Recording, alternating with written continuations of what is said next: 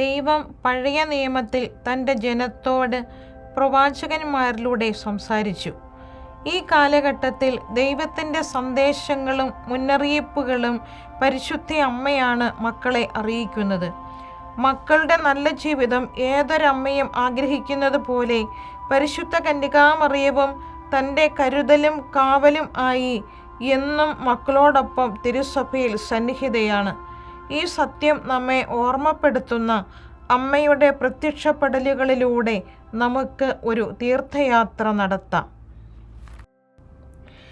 സ്പെയിനിലെ സരഗോസയിൽ AD 40 ആയിരുന്നു ആദ്യത്തെ പ്രത്യക്ഷപ്പെടൽ.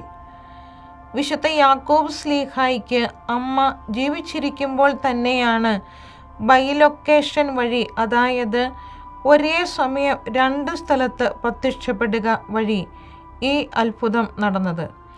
ശ്ലീഹായുടെ പ്രേക്ഷിത പ്രവർത്തനങ്ങളിലെ പ്രതിസന്ധി അകറ്റാനാണ് അമ്മ പ്രത്യക്ഷപ്പെട്ടത്.